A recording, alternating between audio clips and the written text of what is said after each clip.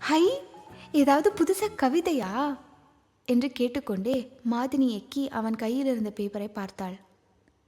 நிலவும் அவளும் என்று தலைப்பிட்டிருந்தது. ஆமாம், கொஞ்சம் வித்தியாசமான ஃபார்மேட்டில்.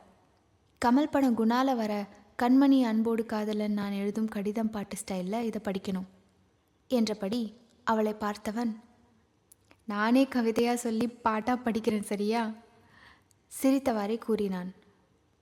நடுநடுவில் மானே தேனே பொன்மானே எல்லாம் நானே போட்டுக்கவா என்றாள் புன்முறுவலுடன். சுந்தர் படிக்க ஆரம்பித்தான்.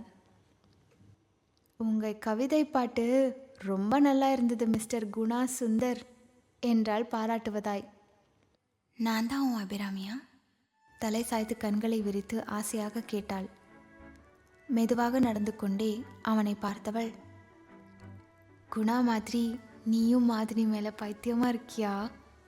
குறைவான குரலில் மென்மையாய் கேட்டாள். புன்னகையுடன் அவன் வேக வேகமாய் ஆமாம் என்பதாய் தலையாட்ட அவளும் நானும் தான் சரியா என்றாள் தலையாட்டிக் கொண்டே குழந்தையாய்.